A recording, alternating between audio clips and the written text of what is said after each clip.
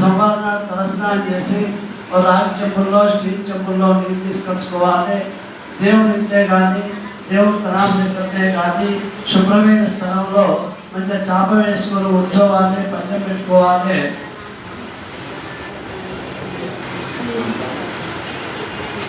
ఉమ్మ పూలు పత్రం పెట్టుకోవాలి. రుద్రాక్ష ఎడమ చేతిలో పెట్టుకొని పల్లెంలో నీళ్ళు పెట్టినట్టు శివ శివ శివ శివ శివ శివ శివ శివ శివ శివ అని రుద్రాక్ష కడుక్కోవాలి. మరోసారి రుద్రాక్ష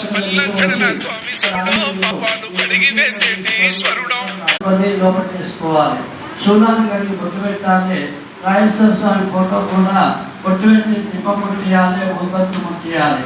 స్వామి రాజన్న సోమవారం నాడు మీకు ఇదే విధంగా సేవ చేస్తాం. మా పాడి ఎందు, పంట ఎందు, వ్యవహారం అందు, వ్యాపారం అందు అన్న వస్తువులు ఇచ్చి చల్లా రక్షించాలని మొక్కాలి. పొద్దున భోజనం చేయాలి. సాయంత్రం అట్టులో రెండో ఉప్మా చేసుకొని తినాలి. సోమవారం నాడు తీసుకొని తినద్దు. శ్రావణ మాసంలో శివరాత్రి తలంబ్రాలప్పుడు ఇంటిలో పెట్టే భిక్ష పట్టుకోవాలి. శ్రావణంలో 4 సోమవారాలు వస్తాయి. 4 సోమవారాలు ఇదే విధంగా పూజ చేసుకున్నాక జోలి సత్యం చేసుకొని శూలం పట్టుకొని ఓ పల్లెంలో బియ్యం తీసుకొచ్చుకొని ఇట్లా స్నానం చేసిన వాళ్ళ చేత ఆ బియ్యం 5 సార్లు 5 నిమిషాలు త్వరగా తెచ్చుకోవాలి. 5 సార్లు పార్వతి రాజేశ్వర స్వామి భిక్ష అనాలి.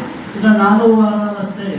4 వారాలు ఇదే విధంగా ఇంటి భిక్ష తీసుకొని ఈ 4 వారాలు కూడా ఏ సోమవారం నాడు భిక్ష తీసుకున్న బియ్యం ఆ రోజే వంట చేసుకొని నైవేద్యం చూపెట్టి ఇంటింటి పాది పూజ చేయొచ్చు. శివరాత్రి నాడు కూడా ఇదే విధంగా పూజ చేసుకొని భిక్షపడగానే ఆ బియ్యం పక్కకు పెట్టి ఆ రోజు నిదానం ఉండాలి. చాయం పాలు నీళ్ళ మీద ఉండి సాయంత్రం గండాదీపం ముట్టించి పండ్లు పలహారాలు నైవేద్యం చూపెట్టి అభ్యర్థించి పడుకోవాలి. శివరాత్రి నాడు అన్నం తినద్దు. శివరాత్రి నాడు భిక్షపడిన బియ్యం తెల్లవారి వంట చేసుకొని నైవేద్యం చూపెట్టి ఒక పొద్దు ఇవ్వాలి. రామవారి తలంబ్రాలప్పుడు కూడా భిక్షపడగానే ఆ బియ్యం అదే రోజు నాడు వంట చేసుకొని నైవేద్యం చూపెట్టి భోజనం చేయాలి. మిగతా రోజులను రాసి మీ పాడి అందు, పంట అందు, వ్యవహారంలో, వ్యాపారంలో అన్నవసరం విచరణ చేసినాం. మీరు సోమవారం నాడు ఇంత నియంత్రుతుంటే అంత బద్దతి. చావులు, పత్తులు, అంటు, ముట్టు, ఎల్లు వేగా రుద్రాక్ష తీసుకోవాలి. మళ్ళా వచ్చి తలస్నానం చేసి రుద్రాక్ష పాలతోటి కట్టుకొని పొట్టు పెట్టుకొని వెడకేసుకోవాలి.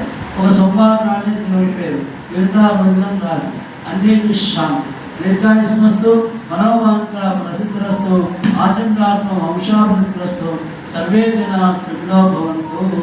అమ్మ 21 కాడ భోజనం చేయొచ్చు. చీర కట్టించిన కాడ భోజనం చేయొచ్చు. రుద్రాక్ష తీసివెళ్ళి మళ్ళా వచ్చి తలస్నానం చేసి